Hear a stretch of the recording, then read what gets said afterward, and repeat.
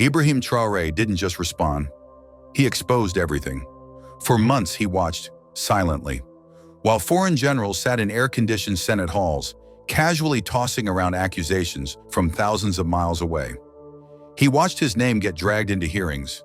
He watched his leadership dissected like a specimen under a microscope. He watched as Burkina Faso's gold, his nation's pride, was treated like contraband from some back alley market, a trophy displayed in the colonial museum of Western hypocrisy. And then came the last straw. What Traore did next wasn't diplomacy, it was a reckoning.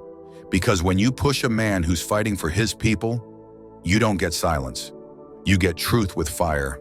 A U.S. general, Michael Langley, stands before the Senate, suit pressed, camera rolling, and without flinching, he accuses Ibrahim Traore of using Burkina Faso's gold for his own protection. He calls him a threat. He hints at intervention. But make no mistake, this wasn't just an attack on a man. It was an insult to a sovereign African nation.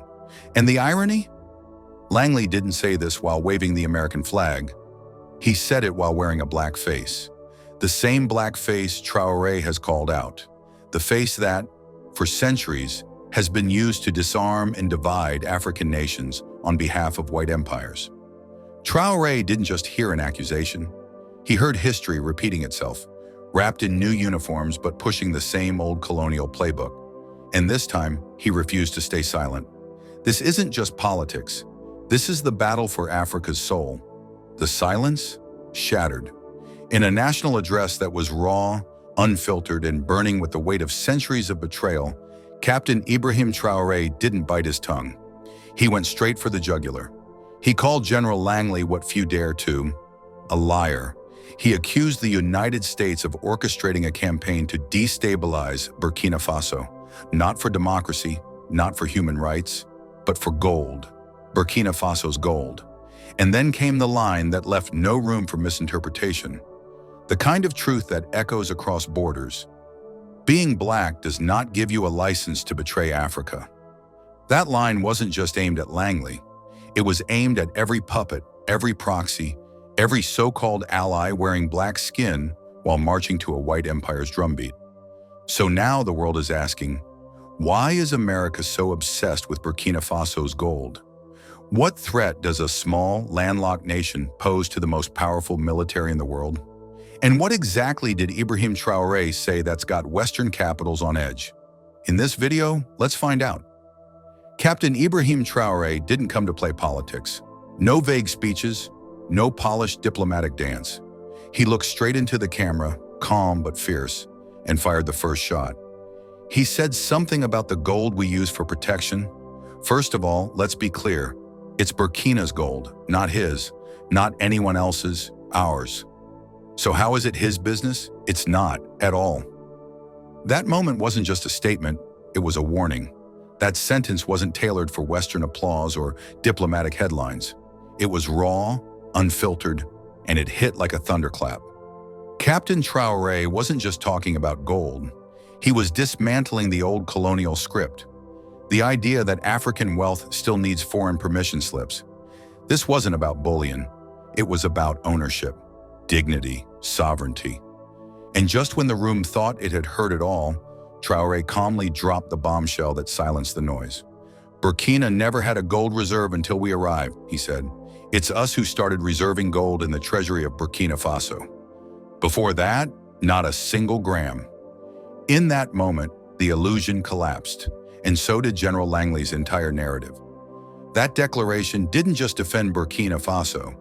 It lit a spotlight on the West's hypocrisy. The very powers that drained Africa's gold for generations now have the audacity to question how an African nation uses its own resources. The irony wasn't just thick, it was insulting. And Traore made sure the world saw it clearly. He wasn't rattled. He wasn't on the back foot. He was proud. We protect ourselves, he said firmly, because the people entrusted us to lead them. We are free. So why does this concern him? In that moment, it was no longer about General Langley. It was about something far bigger, something deeper, a defiant rejection of the idea that African nations still need supervision, a bold reminder that sovereignty means not asking for permission. But what shook the world even more than Traore's facts was his pain. Not political pain, personal pain. You could hear it in his voice as it shifted, from firm to wounded. The room felt it. The weight, the history, the heartbreak. This wasn't geopolitics anymore. This was betrayal. "It hurts," he said quietly. Not because he's a general, not because he's American, but because he's black. Silence. In that moment, Traore wasn't just answering Langley. He was speaking to centuries of history, to African Americans, to African leaders, to the black soldiers once used to conquer their own. He was calling out the silent tragedy, when black skin becomes a tool of empire, when colonialism doesn't need white gloves, because black hands will do. "It's very ugly," he added, "to see an adult lie, to see a general of a great army lie. But what hurts the most is when a black man is used to fight another black man." It wasn't just a statement, it was a reckoning. He didn't stop with one example. Traore reached into history and ripped the curtain off the truth. He spoke of Libya, once one of Africa's most prosperous nations under Muammar Gaddafi, now reduced to rubble, not just by NATO's bombs, but by African hands helping to drop them. And then, with haunting clarity, he made a connection no one saw coming. "In American movie," he said, "black people always play the villain. We thought it was just cinema. But why do black people always have to play the bad roles, even in real life?" He wasn't speaking like a politician. He was speaking like a brother, a son of the continent, a man exhausted from watching black faces being turned into weapons against black freedom. With solemn fury, he delivered the line that cut deep. The black race must not be used to fight against other black people. Every time it's the same thing. It hurts. It must stop. Not a sound followed. Because when truth hits that hard, words run out. Before we dive back in, quick question. Are you enjoying the video so far? If you are, go ahead and hit that like button, share it with your friends, and don't forget to subscribe for more African news and gists. All right, let's keep going. Traore wasn't just angry, he was intentional. He didn't hurl insults. He issued a challenge for General Langley to confront the truth, not just about Traore, but about himself, to break free from the machine that had used him as a tool, to reckon with the role he played, not only in attacking another African leader, but in propping up a system built to undermine African dignity. "I think if he heard this interview," Traore said, voice tight with controlled fury, "he should look at himself in the mirror, feel ashamed, and then step forward and say, 'I was given a false report. I regret it.'" Then he paused. He must say it publicly. Because this wasn't just about setting the record straight, it was about accountability. And for once, Traore demanded it not behind closed doors, but in front of the entire world. This wasn't a personal attack. It was something far more powerful. An invitation. An invitation for General Langley to step off the chessboard, to stop being a pawn, to reclaim his dignity. Traore even extended a hand of grace. "If it was a false report," he said, "then maybe he was misinformed. But if it was intentional, we will confront him." And then came the line that sent a chill through both the Sahel and the Senate. "If he was sent to create a problem in Burkina, as they are used to doing, we will prepare. We are waiting for them." That wasn't bluster. That wasn't theater. It was a warning from a country that's had to build its own defense, train its own youth, bury its own martyrs, and now stands with nothing left to lose. Throughout his entire address, Traore kept circling back to one unshakable truth. The old games don't work anymore. The lies, the manipulation, the polished Western narratives, they've expired because the world has changed. Africa has changed. And most importantly, its youth has awakened. The African youth has understood, he declared. The black youth worldwide has understood. This generation isn't moved by handshakes at summits or carefully crafted press statements.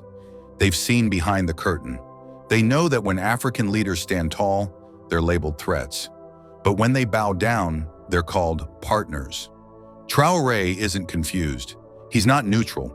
He knows exactly which side of history he's standing on. And with his voice steady and unwavering, he sent a final message that echoed far beyond Burkina Faso.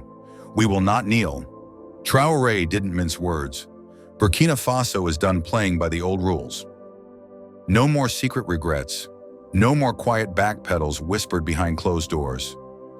If the insult was made publicly, he said, then the apology must be public too. He didn't stop there. With the fire of a leader who's had enough, he made it plain. We are no longer engaged in diplomatic hypocrisy. You can't shout accusations on camera and then sneak back later saying, "Oh, sorry, we didn't mean it." No, say it publicly. This is the shift that sets Traore apart. He's not asking for the West's approval. He's not playing polite for photo ops. He's building something new. A Burkina Faso that doesn't ask for respect, it demands it, or walks away with its dignity intact. Traore's confidence isn't just rhetoric, it's earned. It comes from the ground he's already broken. Dozens of health centers built and stocked with modern equipment. Medical exams made affordable, even for the poorest. Farmers empowered through free plowing programs, driving agricultural growth. And the Burkinabe military? Stronger than it has ever been, the largest expansion in history. But Traore didn't stop at listing accomplishments. He drew a line in the sand. No regime before us built gold reserves. None created this many jobs. None invested this deeply in our own industry. Then with a calm that cut deep, he said, maybe that's what bothers them. Maybe that's why they want to stop us. It wasn't just a bold claim, it was a warning. That in today's world, an African nation rising on its own terms doesn't get celebrated, it gets targeted. Traore made one thing crystal clear: Burkina Faso is not standing alone. Together with Mali and Niger, they formed the Alliance of Sahel States, a bold regional pact rooted in self-defense, economic independence, and a firm rejection of foreign control, especially from former colonial powers. But to Traore, this alliance is not just about politics. It's a survival strategy, he said, a spiritual front, a path to reclaim Africa's future. It's about breaking the chains of manipulation that have held the continent back for generations. And then, right after igniting this political firestorm, Traore boarded a plane to Moscow. There, shoulder to shoulder with Vladimir Putin during Russia's Victory Day celebrations, Traore made a powerful connection. Just as the Soviet Union once fought against fascism and foreign domination, Burkina Faso now fights against insurgency and imperialism. But not with bombs alone. Today, he said, we fight not just with weapons, but with dignity, not just with soldiers, but with sovereignty. It was more than symbolism, it was a statement to the world. A new alliance is rising, and this time, Africa writes the script. What do you think? Why is a U.S. general accusing a sovereign African president of misusing his own country's gold? Ask yourself, since when does Washington get to decide how Africa handles its resources? And more importantly, why does it keep sending black military generals to push propaganda against African leaders who refuse to bow? Let's be honest, when the West criticizes an African president, it usually means he's doing something right for his people. So now we ask you, is it time for the U.S. to clean its own house and stop using black faces to silence black freedom? Drop your thoughts in the comments below, and don't forget, history is watching.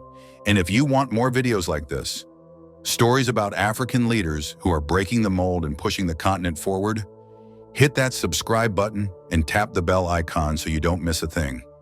Thanks for watching, and until next time, stay sharp, stay aware, and stay with us.